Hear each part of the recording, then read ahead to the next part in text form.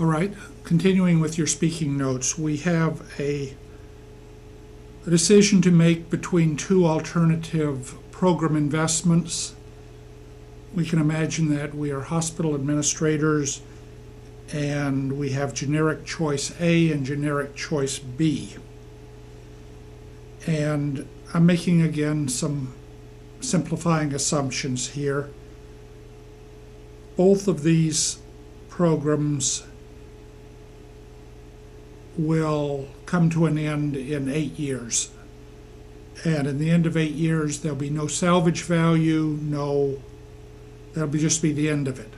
All of the costs will have been expended and all of the revenues will have been received, and that's it.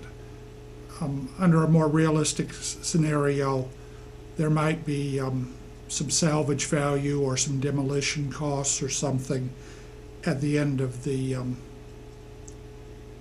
expected duration of the program.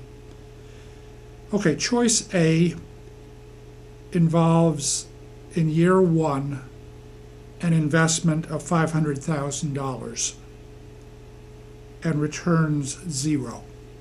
So we're planning to build something or make some kind of a major expenditure. In year two, choice A is going to cost us an additional $500,000, but in year two will return $100,000, or at least we project that it will.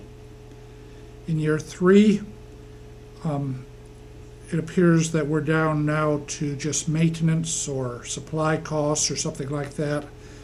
$50,000 cost in year three, same in year 4, 5, 6, 7, and 8.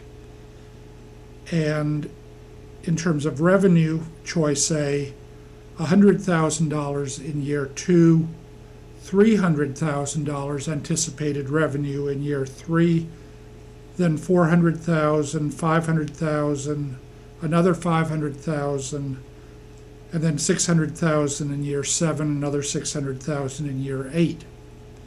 So this is what I mean by a pattern of costs and revenues. This looks like a pretty good opportunity. Total costs without time adjustment over the 8 years, $1,300,000. Total revenues, again without any adjustment for a discount rate, $3 million. $1,300,000 cost, $3 million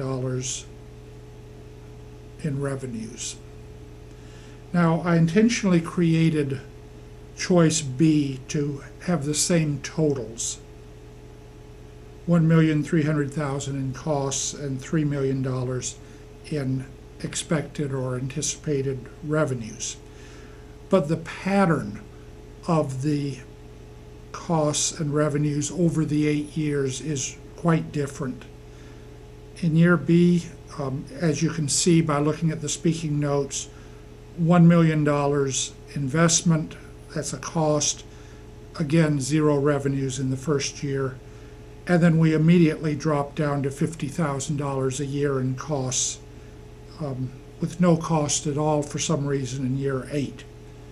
So in other words, choice B in terms of cost is more front-loaded. The costs pretty much all occur in the very first year, whereas in choice A, the costs are somewhat more spread out over the 8-year period. Revenues also are different in choice B than in choice A. In the early years, year 2, year 3, year 4, they are roughly the same as choice A. It's different. The major difference, however, is apparently in the pattern of the costs rather than in the pattern of the revenues. So, assuming that we don't have anything better in the works, which of these two is preferable?